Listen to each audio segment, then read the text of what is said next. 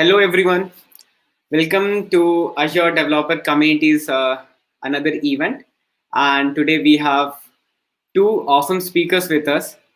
So before I introduce them, I would like to tell you these speakers have been part of Azure Developer Community very closely, and they are like really awesome. They contribute to the communities, and they are very enthusiastic about communities, building them, and also sharing about their experiences to community. And they also love to upskill people. So before we get started with today's session, I would like to show you few things about Azure Developer Community, like what it is and what we are doing at Azure Developer Community. All right.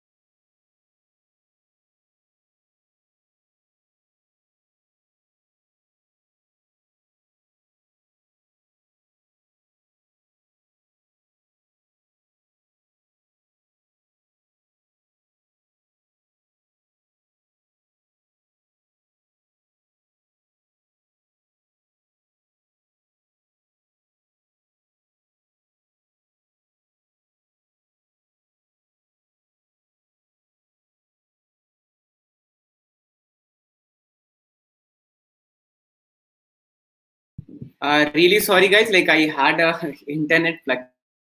I didn't realize that I was speaking when I was dropped out. So yeah, I will anyway show you the website for Azure Developer Community. And since we are already late a bit, so I will bring on stage our two expert speakers. So first we'll bring Aravind from Elastic. Hey Aravind. Hey, hi Rohit. Hi again. Hello everyone. Hello Azure developer community, or should I say this regularly, like because now it is becoming bigger and bigger, and more questions or more interesting things are coming up every day. Yeah. Awesome. Rohit? So Yeah. yeah, we are really grateful to have you, Arvind, with us today. So this is not the first time we are having you on Azure Developer Community, and almost everyone in Azure Developer Community know you,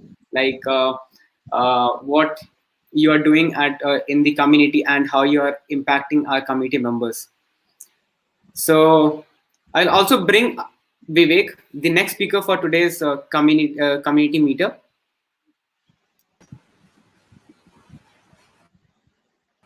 Hey, hey So everyone, hey everyone. Good evening. Good evening to all.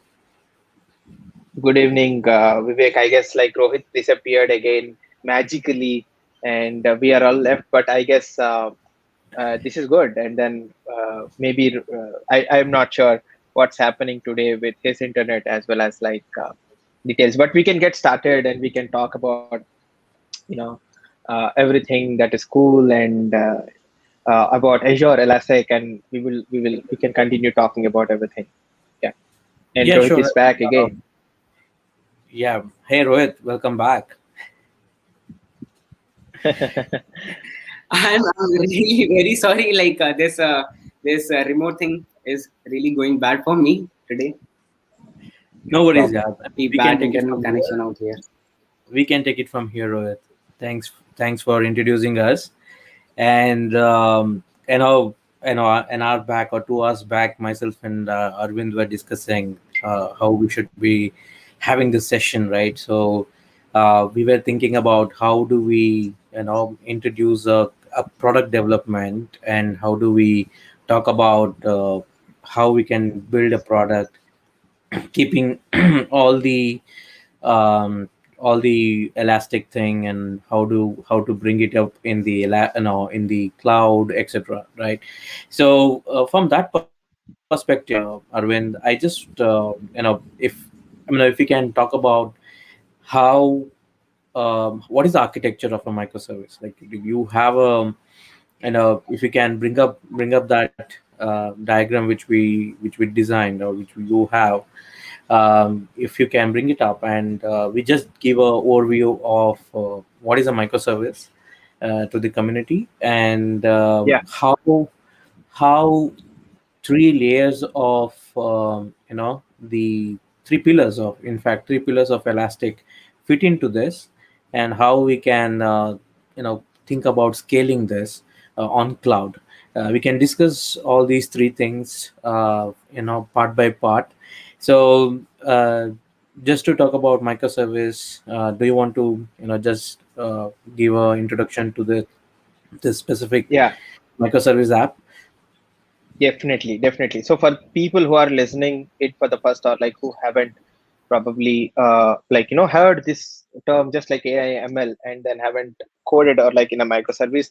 So I've been a Java developer and I've used a lot of microservices and building things without using Kubernetes. Okay, I mean I should be really frank about it.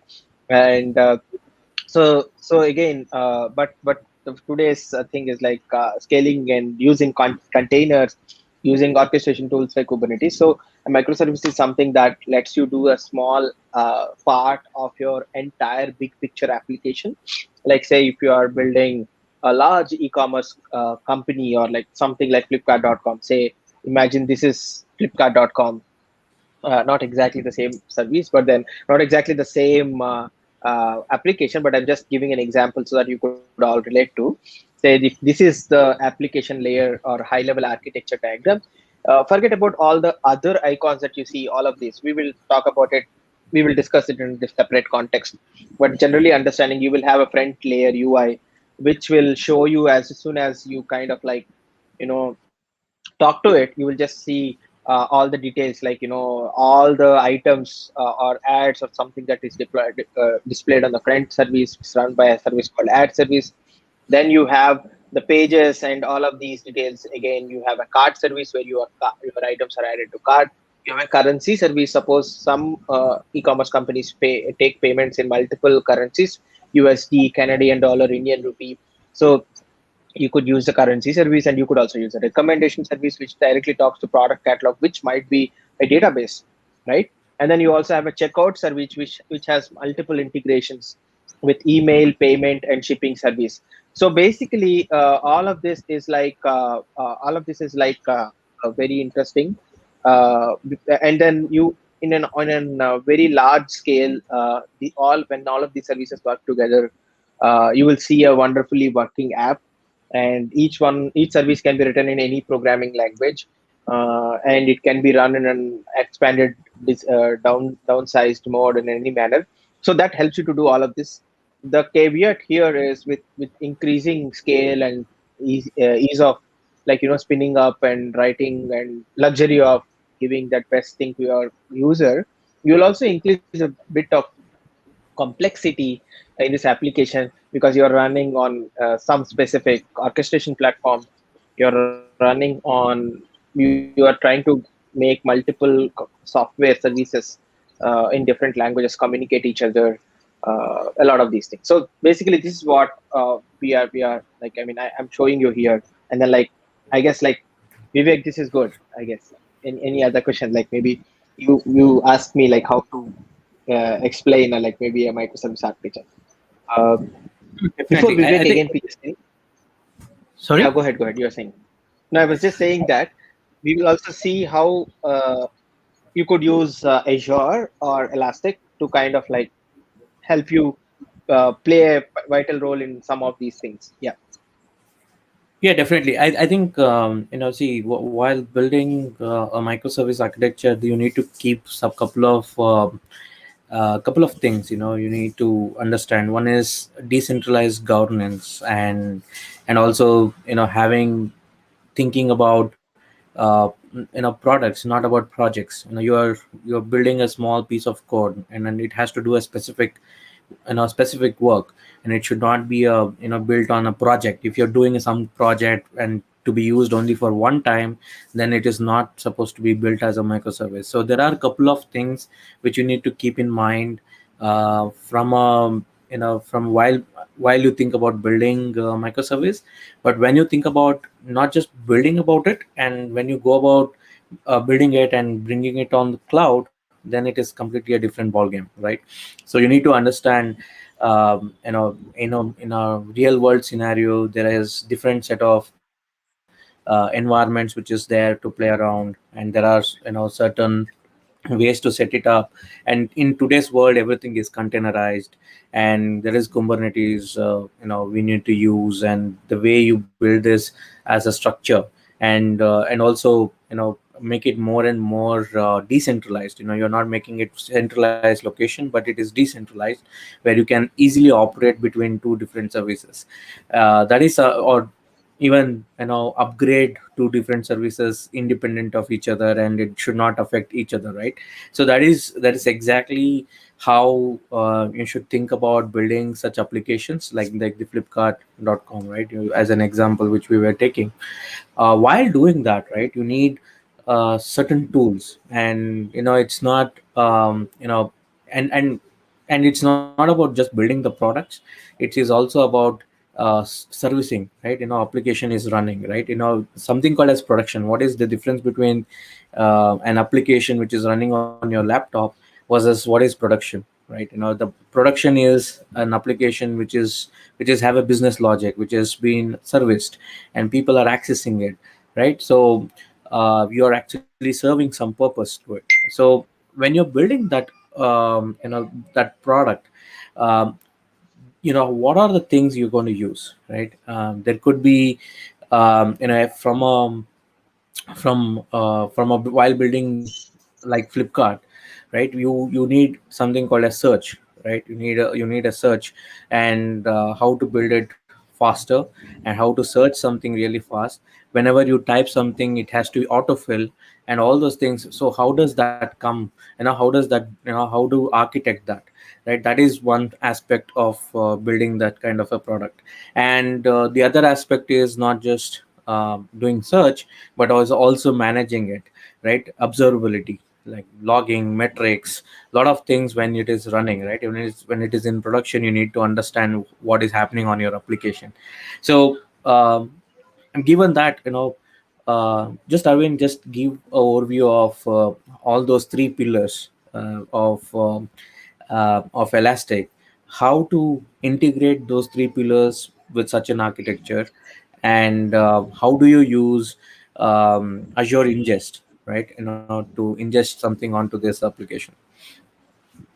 Okay, again, that is multiple questions, and maybe I'll take more than 5 minutes to explain, if not less. So, so to answer, like you explained very nice, Vivek, about all of this architecture and decentralized governance and product versus project. I really enjoyed it. I mean, interesting points. Um, so I specifically want to tell you that what like in an application, in a real world application like this, what you could do with the Elastic Stack, as well as like how you could preface all of these applications, the services using Azure. So imagine that I'm just trying to explain you, if you want to build something like this on Azure, you probably might be using something like Azure Kubernetes service, and then you kind of build these containers. Like say you have the product catalog or like the database in some RDBMS, or even you could use Elasticsearch. Not many people do. I really mean it. Like you could use Elasticsearch as a DB to store all of this NoSQL stuff, and then you have the cart service written in Golang, currency service written in Java, recommendation service with the help of Apache Spark, and a lot of open source technologies. You could do a recommendation on top of it, and then you could use like some Python for ad service. I mean, I'm just not filling up services with the languages, but I'm also explaining you that people could choose multiple based on the team's capability, the founders or the developers' capability. You kind of like people choose different languages. There are people who choose Rust and write everything in Rust. So different sort of users and different sort of things. But how would someone like could use Elasticstack? We have free and open tools like Elasticsearch, Kibana in all of these use cases and how they build stuff. So Elasticsearch basically has these three things like search, observe, protect. I'll just show you while we are at it. So I'll just show you the information so that like you all get to know what specifically Elastic does. So if you see there are three pillars, and Elasticsearch is a search engine, and the core of it is like building search related experiences. Um, uh, just just 1 second. So can you increase the um, what do you call font size? I mean, go zoom it on your Chrome. you meant to yeah, I'll do that. So if you Yeah, see here, I guess this is much better, right? yeah. This Yeah, should is be I good. can. Oh, Yeah. yeah, so if you see here, there are three specific solutions or ways that you could use to build products like this. Like first of all, as we saw, if you have a product catalog, and as soon as you pull up something, just think of this thing. Anytime you have gone to sites like Amazon.in or Flipkart.com, you kind of you didn't buy anything just by clicking whatever is there on the front page and then like add it to a cart and then like bought it. You obviously searched through it. Just think of your general user experience. You always go to an e-commerce site and you search for it.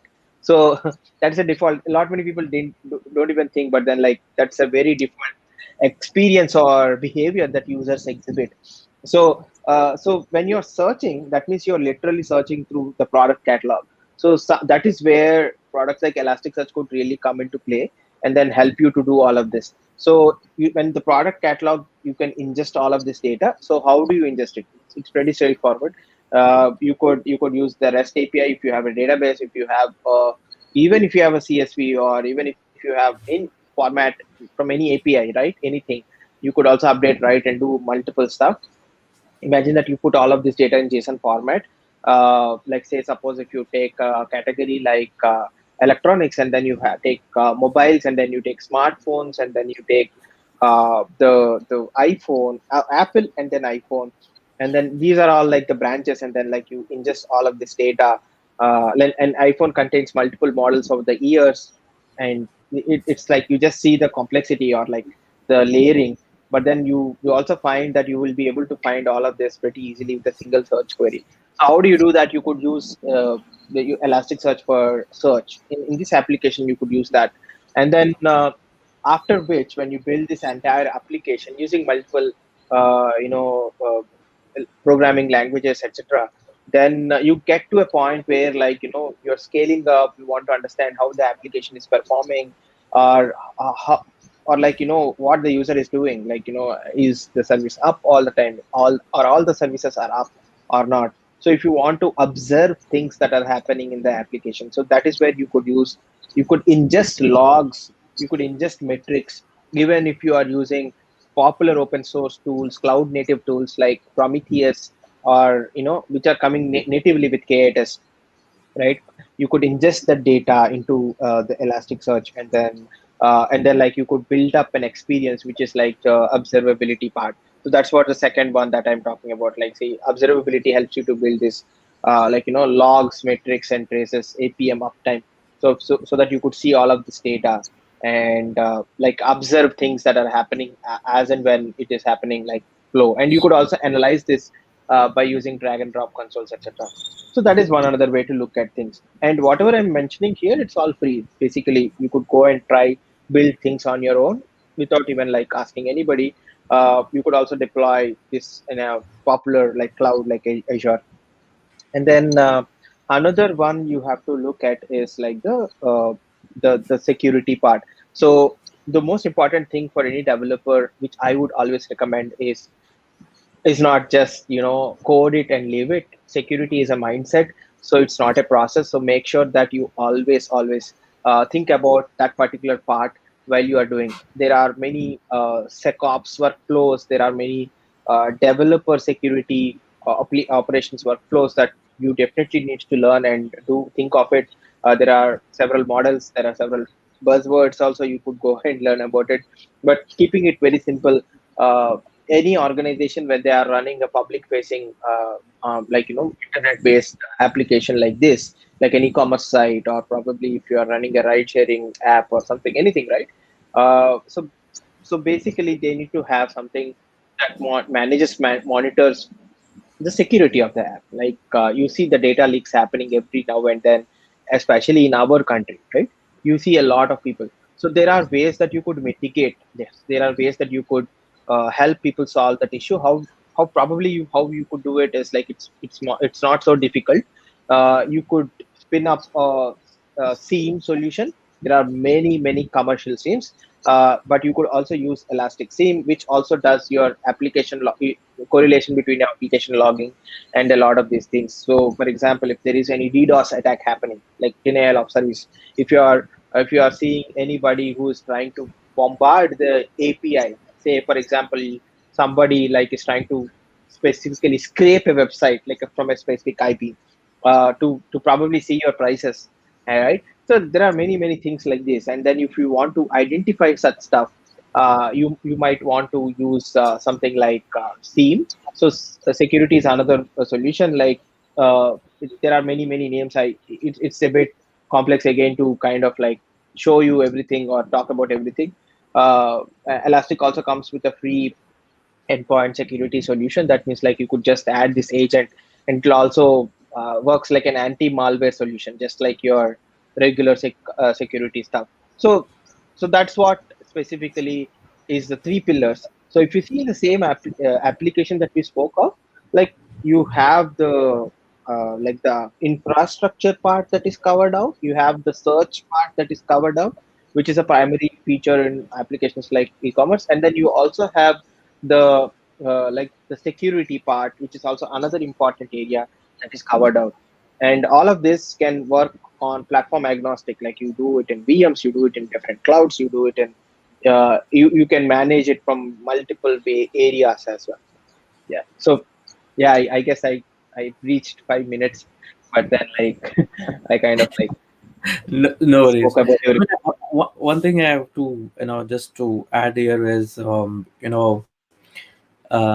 while I was, in one of the startup, while I was here in the DevOps space, I was using Elastic extensively for, as I told you, right, for ingesting the data to get the data from the when somebody search something, it has to be fast, right? So we were looking at ingesting data into the Elastic and get the data out of Elastic.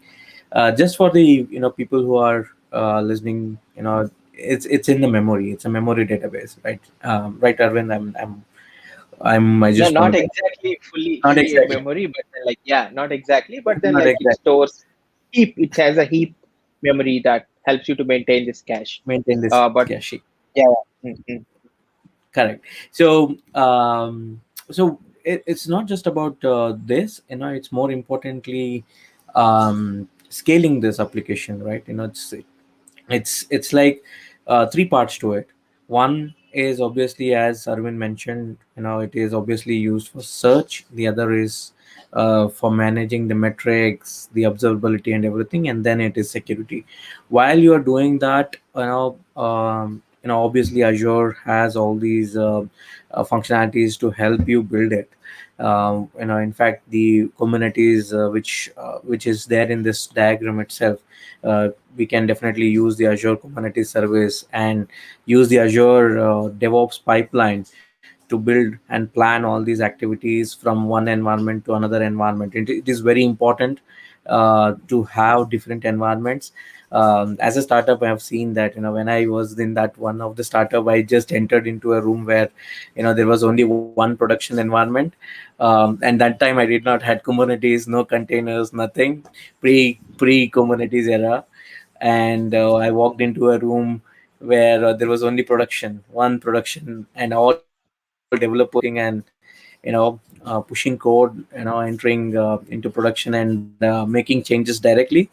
So that was one of the difficult part while you're managing a production, right? So you need to mode of that and use something like Azure DevOps, and build a plan, have a plan for execution, and use these architecture proper way. And since all these things are on GitHub, right, and you have to make sure that all these GitHub strategies, right, and then use to scale these applications into different environments and push code into different environments, stream it from one environment to another environment, and obviously from an observability perspective, collect all the data and everything onto Elastic and use Kibana perfectly to view the data. And of course, and there are a couple of extra things also you can do with Azure is application insights and other things, which is provided on top of all the services which Azure has. But you can also use Elastic for making sure you can go multi-cloud as well, multi-cloud strategy, right? So Obviously. that is and a couple of things which I mean I see from an execution perspective. But I mean, if you have to give that 10 best practices for building an Elastic, right? So what are those best practices if you have to share it with the community? So see, I guess like we spoke a lot about a lot of things, like how to build that, how to build this. Uh, so first of all, when you're building on Elasticsearch, uh, before thinking of hardware, before thinking of which cloud, before thinking of which VM, which service, you need to think about data model. I mean, whenever you're thinking about, be it logs, be it any site type of data set. I'll tell you for the reason why I say this, and then I'll also come up with explanation and slowly build up that, so that you will all know why Aravind is saying that, because Stick is a NoSQL data store, right? I can throw anything inside it and then get results. Exactly, you're right. Uh, you could throw any type of data. I meant to say even PDFs, Excel sheets. You can put blob data as well. It's still possible, and you just need a plugin called ingest attachment plugin. It will pass out and put the data. So, but the important thing here is, uh, if you want to search, right? I've been talking about the same thing in a previous webinar that I just did.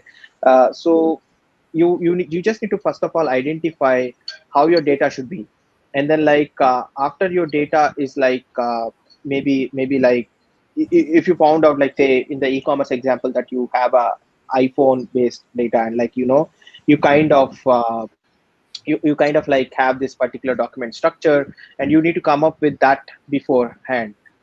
Just find out like what is a specific sort of document structure or data model that is there.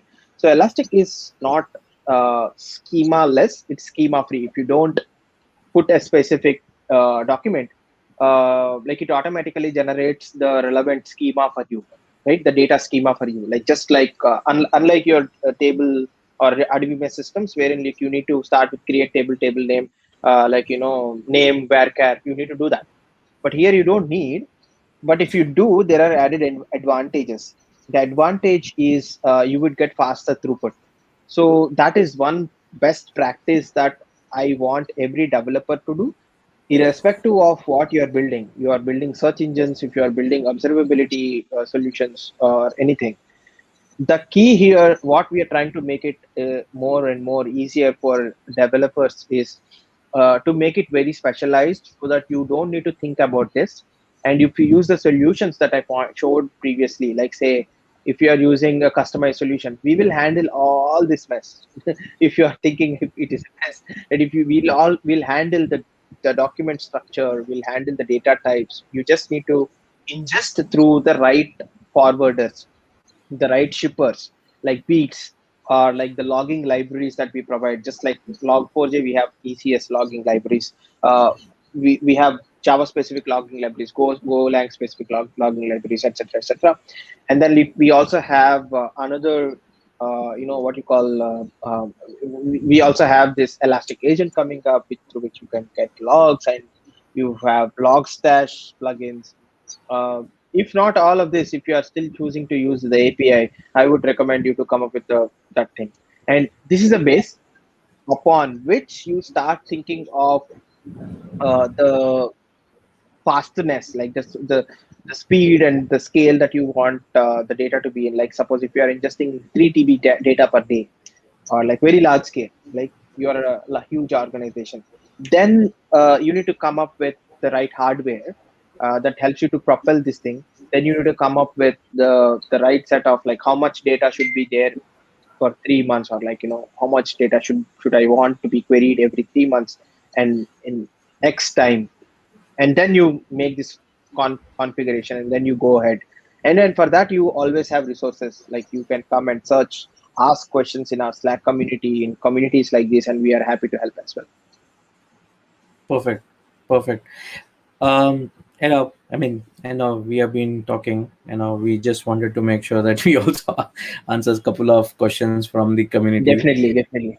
Yes, Um, Rohit is not there to send in questions here, I believe. but we can. Yeah, Yeah, I am there. So I'll just bring few questions on the screen. Yeah, let's open up. People just ask questions to us. Anything about microservice, building products, yes. Sure. I, DevOps, and I see observability. this A question lot of stuff. already. We'll Yeah, start what with really. Deepa's question. So here it is. What really qualifies a service module feature as a microservice? Let me take a first stab at it. So basically, anything you're building, um, any not product, not project, as I told you, right? A product versus project. Anything which is a product and it does a couple of activities, like for example, what Arvind was showing, product catalog. It just serves you the catalog list, right? And that is what you're looking at. Or you're doing a couple of surveys where it could be just sending OTP, right? If you want to keep that as a service, you can keep it as a service. So basically, it's your architecture, so you need to classify this is reusable or not. Anything which is reusing, in your architecture, any piece of code which you can reuse, that is what qualifies as a microservice. And once you have completed that and you're not reusing it for anything and you really don't need it, that doesn't qualify as a microservice. That's it. So that's the difference. um, you know that's why you can really build an amazing microservice using functions.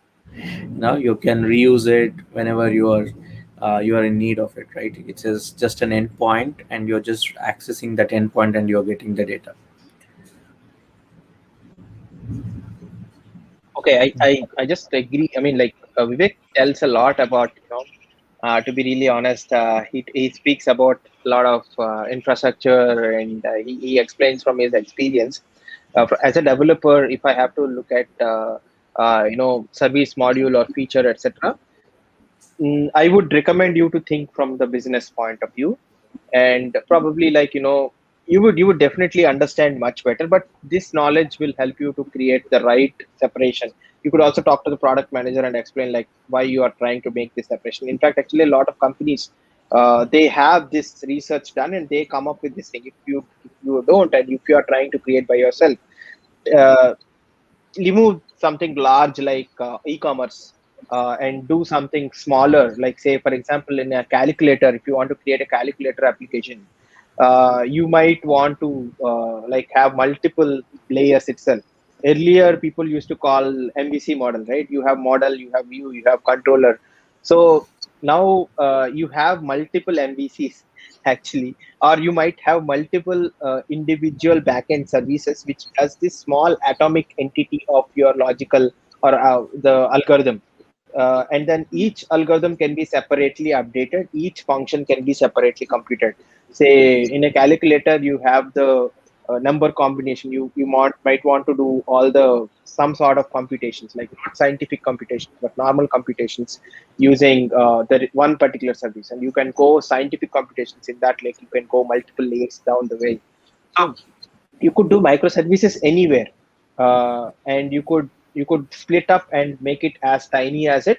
There are companies which have gone really radical on it and went to extreme, like say there are companies which has like more than 400 microservices and things like that. Please don't do that as well. It is there are companies which went all the way up, and then like they thought like, no, monoliths are much better for me, and I just want to stick around with monoliths. I would simply say monoliths also work, and they are also probably the right way to do it. So please don't just use it. You might simply use something like Azure Container Instance or App Service and just get your work done. And trust me, that works like very beautifully from VS Code kind of IDEs, and it simply works. So just think of all of this whenever you're trying to build a microservice. What qualifies basically for microservice? So that is also an important question to be asked. That's always a debate, right? When microservice versus monolithics. Yeah, exactly. There is always a debate. Yes. Any, Okay. go ahead, Rohit. So we'll take the next question. So it's from Yogesh. Okay. I could answer this, especially eBPF. So eBPF is kind of a bit new thing that is coming up. A lot many people were talking about it. Similarly, just before eBPF, there are a lot of people who talked about something like OpenTelemetry. If you haven't heard of OpenTelemetry, so it is a bit new. I should say that I don't have I didn't experience. I mean, I didn't write uh, any application using eBPF yet, but I have heard a lot about it already. And I know that there are some companies that are using. There are some people who are already doing talks on it. But I don't think that. I mean, it is so easy to build, but it gives you a greater amount of data control. That's what they were saying, and it is much easier to observe systems. And this is some of those technologies to watch in the observability space, like how open telemetry has become. Like, see, open sensors and one other project has merged together to create open telemetry. Now, uh, I, I am very confident on open telemetry's evolution. There are a lot of exporters people are giving, so that you could always like, there is no vendor coupling. You can spin up change services pretty easily once you have open telemetry agents and stuff like that. But then like, that is something that has come up and it's not GA yet, and open telemetry also has to become GA, and like kind of give more details on it. But eBPF is another sunrise technology that is coming in. So we just need to wait and watch what happens. Um, Currently, I don't have any comments, especially like I didn't use it in any application, but I've heard cool things about it. Same here. I mean, I don't know. I haven't tried it at all. I think it's more from hardware, right? I mean, it's more from kernel observability from networking perspective. But again, Yes. we don't know. I mean, it's something we need to explore and come No. back. Probably you can explore and come back and do a session for us in Azure community. Whoever asked that question, Definitely. by the way. Yeah. Exactly. This is a nice thing to like learn and share it with community as well. Obviously. Yeah. So Arvind, we have one more question for you. So we'll take it and then we'll continue with the discussion. Yeah, sure. No, we'll do more questions. I guess there are a lot of people who are asking a lot of questions. I Okay, guess all right. maybe like we'll definitely take more questions. So I have I'll share one specific link about the text classification and named entity recognition. You could Elasticsearch by default provide some specific relevancy tuning algorithms like cosine similarity. There are already some stuff that you could do with Elasticsearch queries. uh, you could also use scripts uh, to do some other computations and improve your query relevancy and all. But if you are looking for more NLP related thing, like say understand specific entities and all, you could do that as well. You just need to use some other plugin. There is a named entity recognition plugin for Elasticsearch. I'll try to paste that link. I mean, even if on the YouTube video, if it is not there right now, I just need to search for it maybe. Yeah, so that is there. And then another one is we are trying to bring in base in machine learning, elastic machine learning, to do more of these NLP techniques. So that is one another thing to look at. There is a specific search enhancement training or module that is there. I'll also paste that link here so that you could see what is being covered. You could do all of this, but today it is not specialized that you need to take a bit advanced to do this. But we are trying to bring in something like a PyTorch model, so that you put a trained model and things would happen much easier. So that's the goal.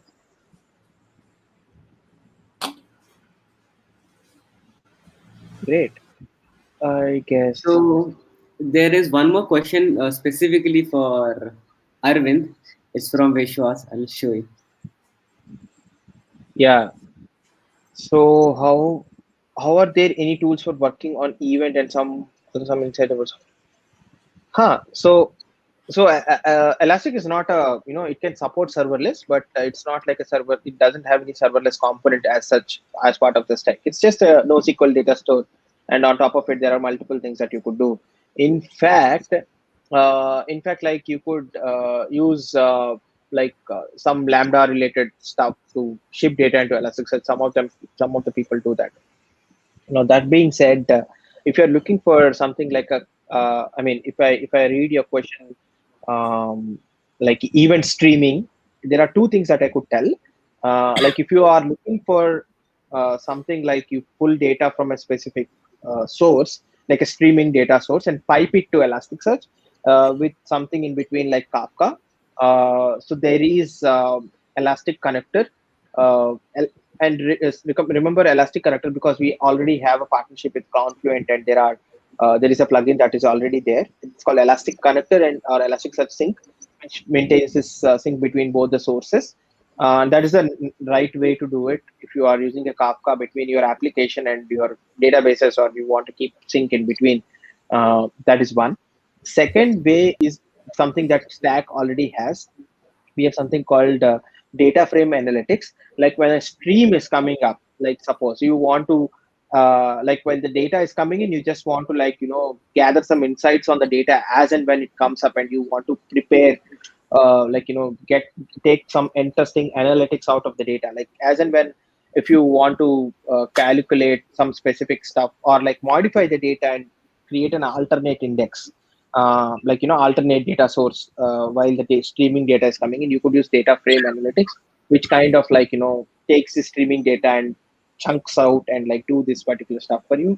So that is also there. So there is all integrations. You could also integrate Apache Pulsar to Elasticsearch. It's not like only Kafka. You have Pulsar, you have the other features like data frames, etc. You could do all of that. Yeah. Okay, I mean, so Connectors are pretty extensive. I think there are a lot of connectors for Elastic. If you're looking at, just go through the list of connectors which is there. Uh, yeah. it's What what I'll do almost is I'll all just the open source tool sets. yeah, what I'll do is I'll just share a link to you all. So it's a page that we have wherein you could find out what are all the integrations that are there for multiple things, multiple clouds, and you can directly relate it to logs, or what is a documentation, what is a tutorial for this. There's a video for it, so you could do all of that. So I'm just pasted that link, and you will get it soon. And then another one that I want to share is the Kafka connector related blog. We recently announced a partnership, so I'll just share the blog link as well, so that where to reach out for the right information, and then you can get the link and you can get the connector as well. do remember to use the original connector. There are many open source ones. Elasticsearch is a very widely adopted project, so you might see a lot of things. So always check for the stars and where the project is hosted, etc. There are some cool developer projects as well. That being said,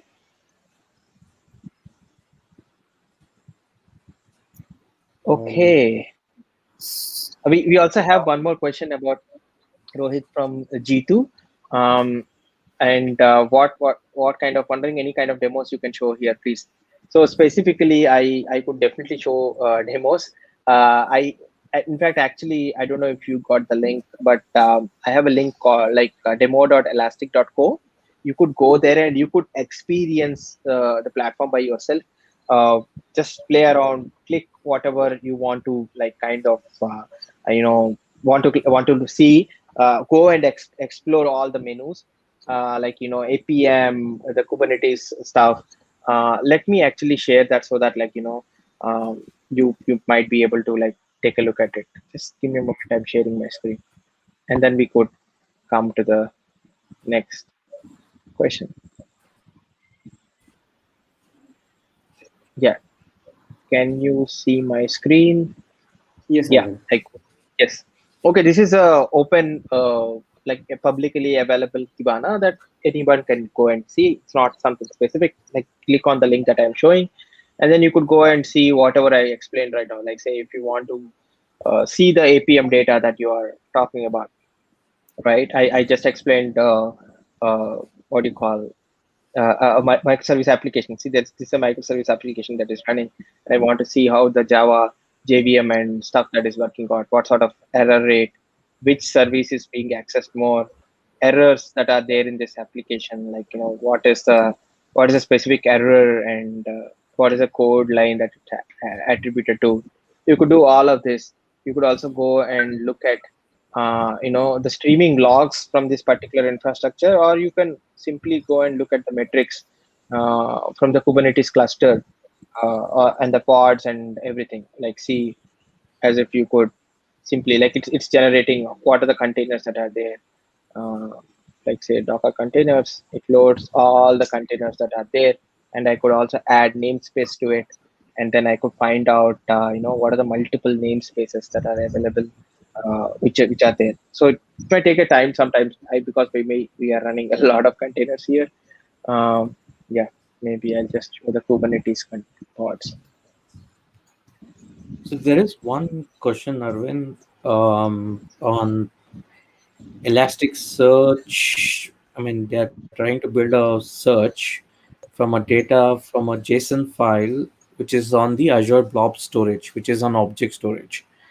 Um, is that the correct use case? Is what Yeah, yeah. he's asking. So very interestingly, you could do that.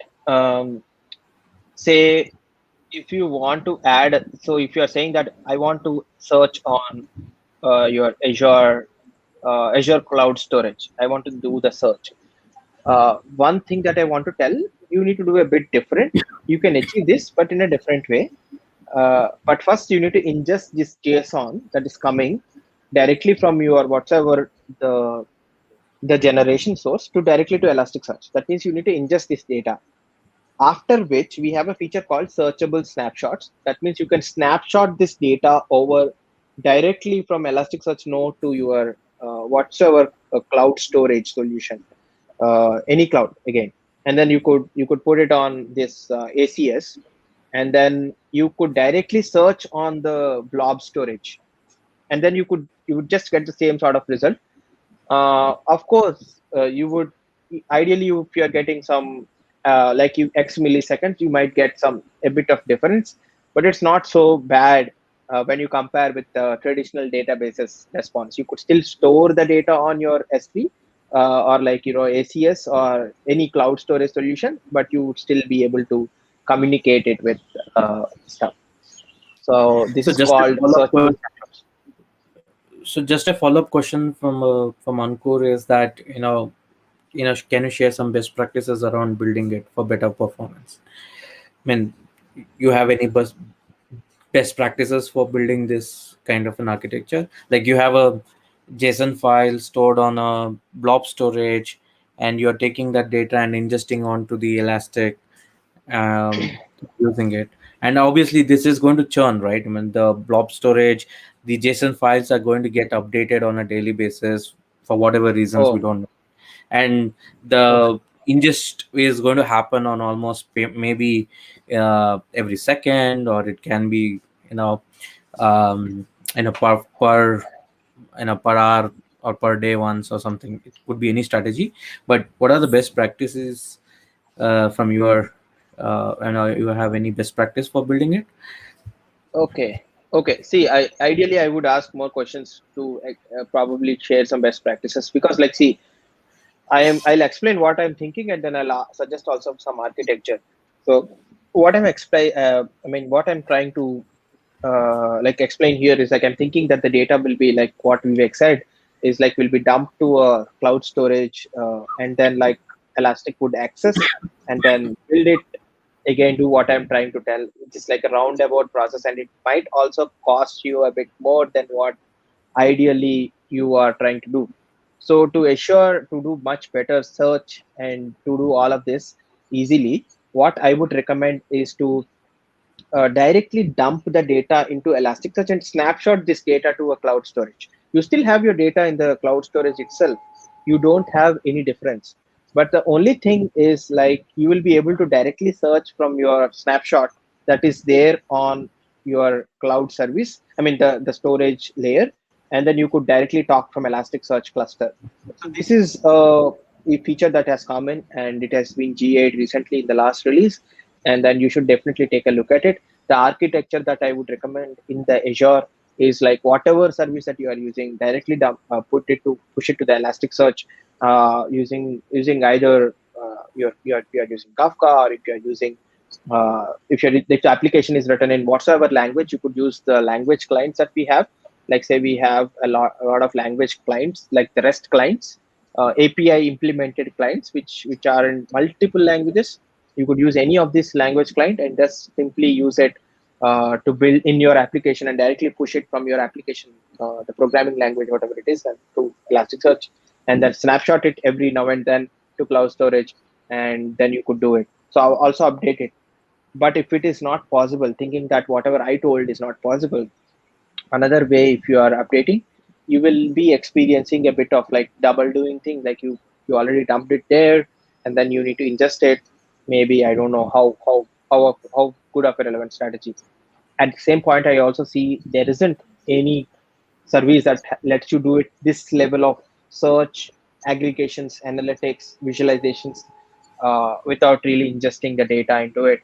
And this is the best shot that you would get if you do this way. Yeah, I mean, just to summarize, I will dump all the data into the Elastic at first and take a snapshot and push it to the Azure blob storage and keep the data in the blob storage so that you don't lose data as well. And there's a snapshot available for you at the Elastic level as well. And you're directly searching from Elastic, not going into the blob storage and bringing data every time. That's the whole thing, Yeah, right? exactly. Yeah. There is a follow-up question on that is what does Elastic Snapshot contain? Isn't Elastic need once we have snapshot? I, So see, the snapshot, actually what we do is, I mean, if I could see the question properly, like see, isn't it Elastic needed once we have snapshot? So it it is like this way. So whenever you store data in Elasticsearch, it creates certain sort of data structures internally. Elasticsearch uses something called Apache Lucene, which is a full text search library. So what it does is it creates specific data structures for to search faster over the data that is stored, any data, to do any sort of computations on the data. So what happens here is like when you dump this data into Elasticsearch, we create the data structures. When we take a snapshot and put it on that, we create this temporary the data is already ready, processed, and having all these important details. And when you are trying to search directly over that API, the cloud storage API, we directly know what to talk to. The data is all understood, and like the software understands whatever the data is there. And this is the same thing with any RDBMS, any database, any NoSQL data store. It's not just with Elasticsearch, but it is with anything. In fact, actually, probably you might get a bit of better response with Elasticsearch because you are using it for the search. Correct. I mean, that's true. I mean, that's how it has to be used. And there is one question on what can be used if Elasticsearch implementation not possible, and what consequences will be there. I'm not sure what does the question mean. Um, is it like Okay. you don't want to Okay. have? Okay, so see again, if for every software you always have alternatives, you always have various ways to do it, opinionated ways to approach it. I will not say that Elastic is the only thing, etc. But probably it is the best and better thing to probably use in today's world, maybe because it's cloud native. You could use it in clouds, you could use it in a lot of these places, etc. It follows all this distributed nature, etc. So if I have to answer that, what can be used if Elasticsearch implementation is not possible? Like, see, just think about what fits into this and your application service need. If it is not, and if it is another NoSQL database that serves you the same purpose, maybe you should definitely try it out. Yeah, maybe I mean Vivek could also throw more information because he might be also thinking about like something like Cosmos DB or like you could use multiple services, but end of the day it's up to you, the user, what you want to build. I mean, it depends on I mean, in what specific area you want to use Elasticsearch. I mean, like Elastic search stack is also there, right? It is a different thing as well. But I'm just thinking, Elasticsearch to be used when you really want data from a search perspective and you want it faster, and it is easier to ingest data into the Elastic as well. That's I think it's if it is not doable, then I don't know what is the consequences of that. So I'm not sure. There is one more question, Arvind. How far do we need not have to worry about the architecture today? Like how much is the ease when we want to design a new architecture, leveraging the tools available in the stack from the companies? Oh, Maybe okay. I mean it is too, again it's too abstract. I kind of like maybe I to mean, it summarize it much. kind of, I Yeah, mean, from my perspective, architecture today is very important.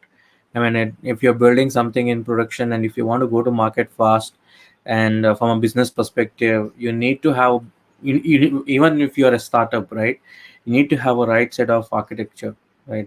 Even for a simple startup today, you are starting, and tomorrow you have 10 users.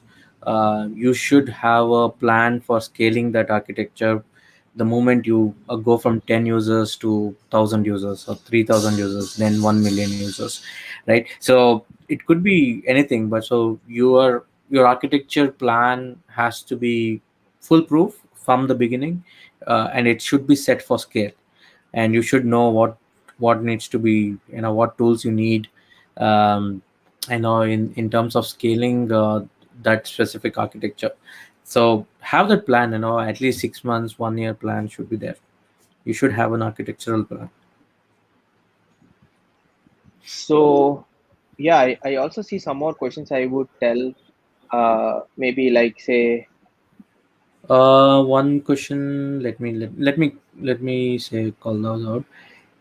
From an Elastic perspective, Arvind, there is one question on can we use entity framework with Elasticsearch?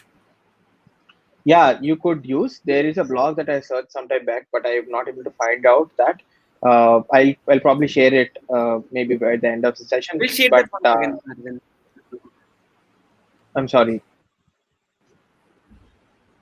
I'm sorry, but basically, like you could do that. I guess you're talking about the .NET, like the entity framework that you're. I mean, like the frame, whatever entity framework I'm thinking of, but like then it is possible. You could do that. Yes. You could use that the .NET client, and then like you could use the CRUD API to do all of that. I'll try to find more information. Like I have a GitHub repo that I see, but then like I'll try to find out more information and then share it. so that you are updated, and I'll share you that information. So yeah, one more question about uh, hide ops versus Azure for data science. Yeah, uh, I don't know what is hide v ops. I I have think heard. is the question is from Oh, DevOps DevOps. versus Okay, sorry. Azure. I mean, there is Okay. no DevOps versus Azure. DevOps is just a concept, and Azure is a platform, cloud platform. You can go through the other, sessions which we have done on cloud, and from a DevOps perspective, probably we will do more sessions so that you can understand DevOps. There is for data science. There is something new things coming up like ML ops and other things. So I think that is something which you need to explore. Uh, I think Okay. that So that's no? uh, I'll okay, saying sorry. BI versus Azure. Business intelligence versus Azure. You talking about that? Yeah, I guess. yeah, business intelligence versus Azure. Again, that is again, it's BI is a tool. I mean, Power BI, if you're talking about, it is a tool for connecting different things and bringing in data and creating a work flow. Okay. And Azure is more from a cloud platform, like you build an application on Azure. So you can obviously connect BI versus into Azure, using serverless and other things to do a couple of automations and other things using Power BI. For definitely, you can definitely use it. Okay. The next question I would simply take from Yogesh, what does a snapshot contains? Like I said, snapshot contains all the condensed data or information, the information about the data that is being stored in Elasticsearch. When you put data into indices in Elasticsearch contains indexes. If you have not seen my first session that I have done, I have given a lot of information and also showed a bit of demo. So please refer to that. And I would recommend everyone to definitely talk. We are doing AMA here because we have covered a lot of content in the previous sessions, and then we just want to have a casual discussion, and then show some stuff and take more questions from the last session. So the snapshot contains all the information, and then uh, so you are not storing the data double times when you're trying to search the snapshot. So I'm answering two questions here. Say for example, the snapshot contains all the information, and it is like a file that is getting stored on a blob storage, say Azure Cloud Storage or any other like Ceph, which is an cloud storage solution for on-prem data centers, etc. And then you definitely need Elastic to access snapshot. What people do is snapshot and restore. You snapshot it a place, you bring up another cluster with a different version or probably in a different region, etc. And then you pull the data from that snapshot and rebuild your cluster newly. There are cluster level snapshots that you could do. There are incremental snapshots that you could do. Like say today you have a snapshot. Tomorrow there is a separate snapshot, but that snapshot will be different. You could do all of that. And when you're restoring, you could restore all of that. So there are multiple ways. Snapshot itself is like a concept that we could take and explain. Say, for example, at least 15 minutes. In fact, today there is a video on YouTube that we have shown, I have done on snapshot lifecycle management. Please do watch. I'll see if I could share that information as well. Again, to the meetup, if you have subscribed to it, I'll probably share that link as well. So there are all sorts of demo. Please go to official Elastic community channel on the YouTube. This is the name, official Elastic community. So you could also go there. I'll try to put that link as well so that you find out those information as well. Okay. So I want to answer one more question when we are talking about searchable snapshots from Govind.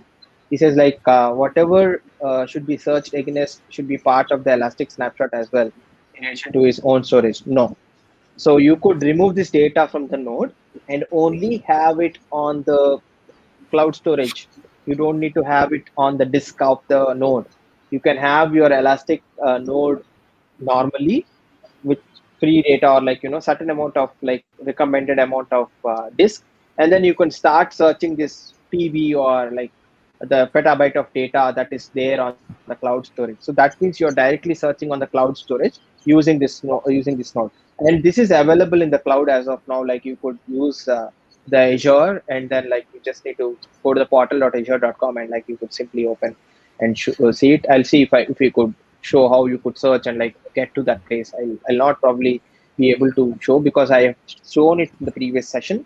I'll just show you in the portal. You could go type in Elasticsearch and then do that.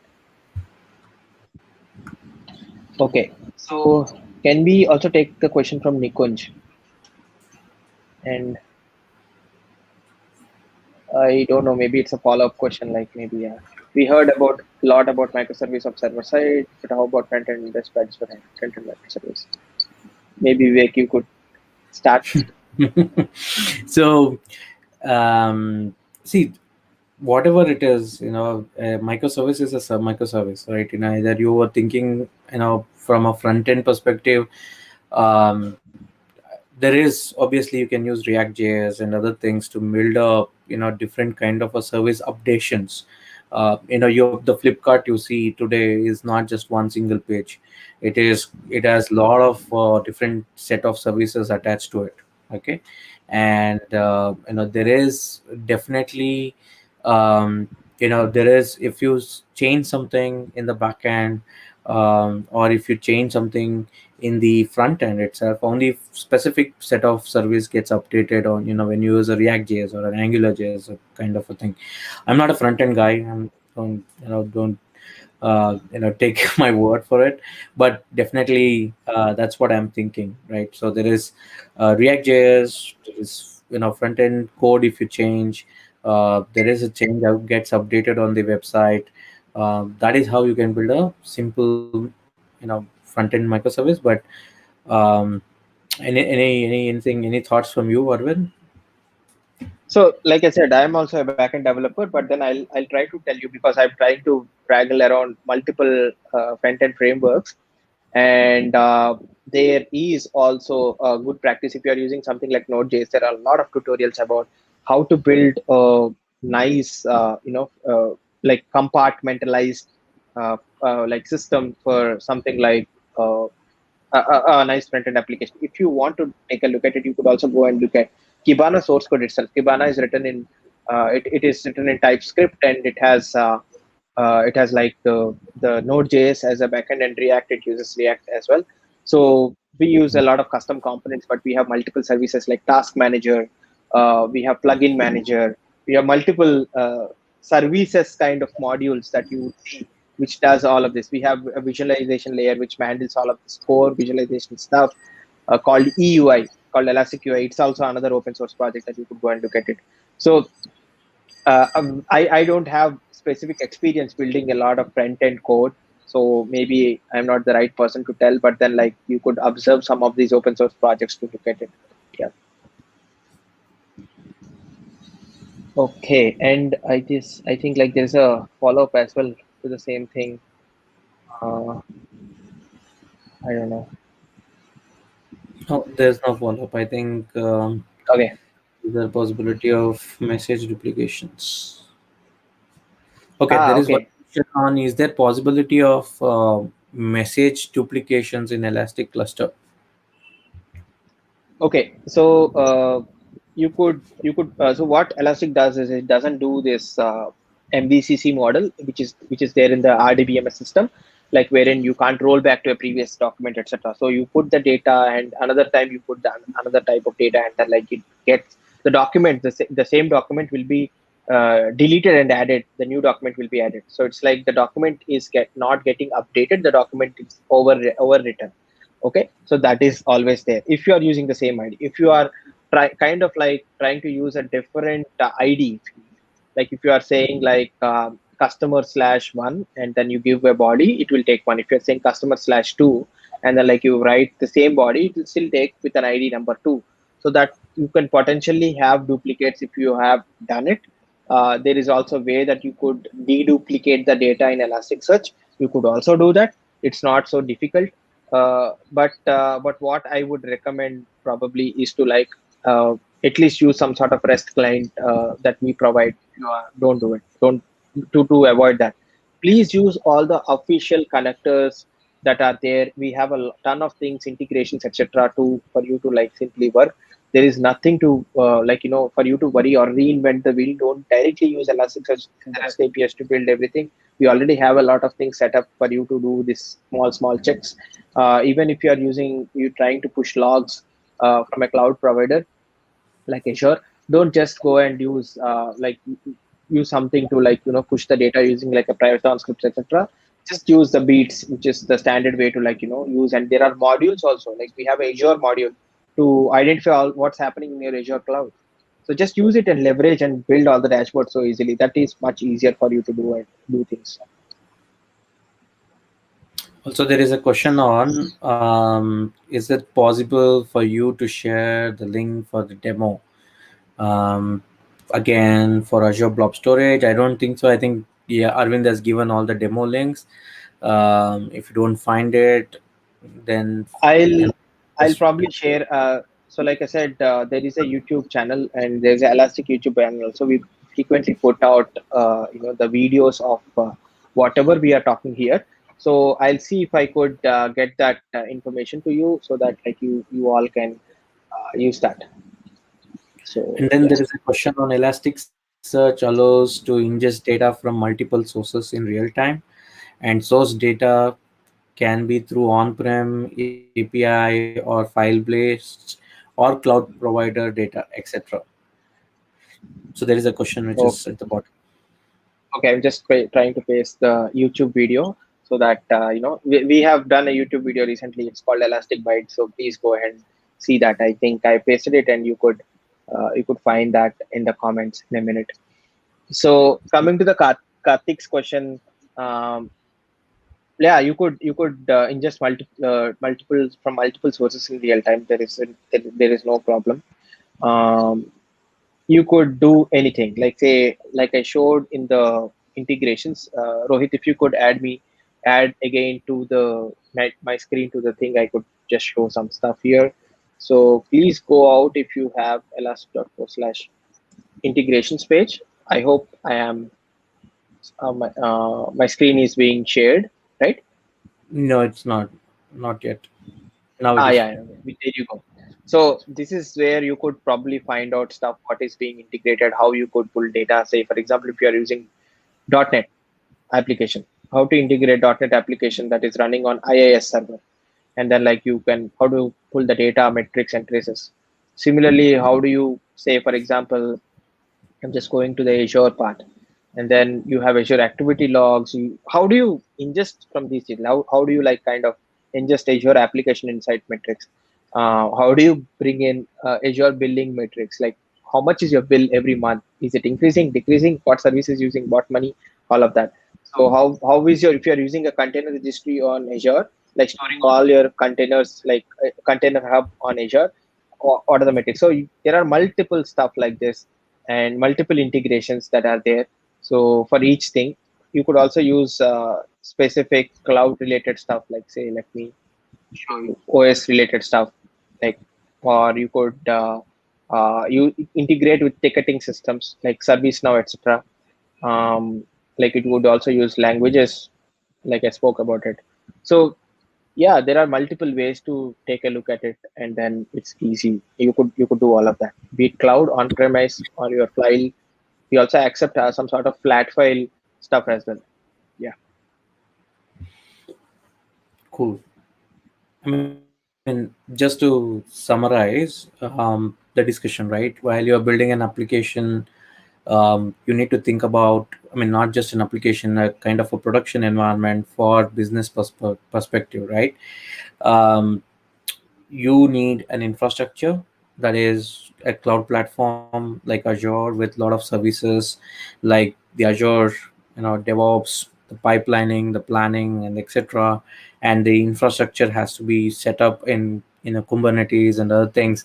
From a, if you're building a microservice architecture, that is what Azure provides. On top of that, while you're building for three different things like the search, the observability, and other thing, the security, you need to use the Elastic Stack to set it up so that you can have a fully fledged production. I mean, I'm just summarizing the discussion which we had now.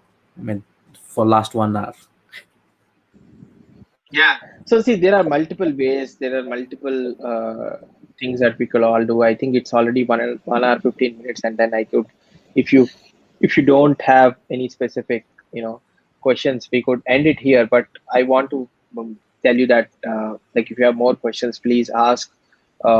Like we have forums. I'll also share that link so that you could also go and look at it. If like Rohit, you could share it on the screen. I am sharing those links so that like you would also be able to do it. There is discuss forum which helps you to like you could ask questions on Azure and Elastic related stuff. There is a Slack community that we have so that you could also like kind of join that and ask questions on that. I would definitely recommend if you have questions around like performance, best practices, use cases, or like ingesting data from Azure or Event Hub or any specific things, you could definitely go and raise a topic and we discuss. Alternatively, you could also use Azure sub channels to like ask questions as well. We are happy to help. So yeah, I guess even if it is not there, I'll probably put it in the comment or the description that is there. Yeah. So feel free and like keep in touch and ask questions as and when you have. Blog about the technology that you are building, like anything that we are sharing like with our experience that we are building. So that's it. Yeah. Definitely. I think it's great chatting with you, Arvind. Thanks for joining us, by the way, from the Azure developer community. I know there is, Rohit is on and off from an internet issue. That's all. Yeah. That's what we all are dealing with. Anyways, I think it was a great discussion and lots of learning for me as well on various set of topics and. Uh, I mean, I'm looking forward to next set of discussions which we're going to have. I know there is so many questions which came out of this discussion. I think community can build it and reach us back and do deliver a talk in Azure developer communities on the Yes. same set of questions which you have asked. You can go back and try it and come back here and let the community know what did you try and how exactly you built that. There was a very fantastic questions as well, some using different strategies like using Azure Blob storage and other things and ingesting data directly and storing, taking a snapshot and storing. All these are wonderful use cases which we can definitely drive as a different set of talks for the community. So given that, thanks all for joining us. We have taken almost 1 hour. Stay home, stay safe. Please stay home and stay safe. Yeah. Please stay home and stay safe. And Okay. I wish you all great health and great weekend. Thank you. Bye bye. Thank you. Bye bye. Thank you.